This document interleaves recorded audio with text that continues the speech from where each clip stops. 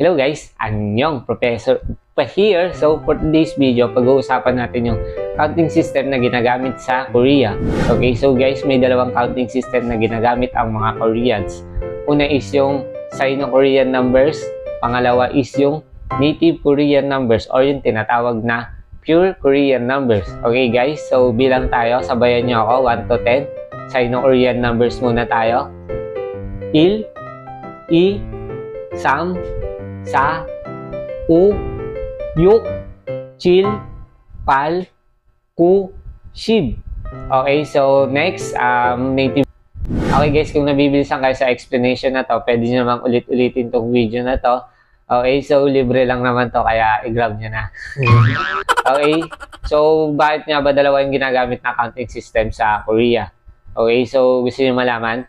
Okay, kung gusto nyo malaman, please like and subscribe to my YouTube.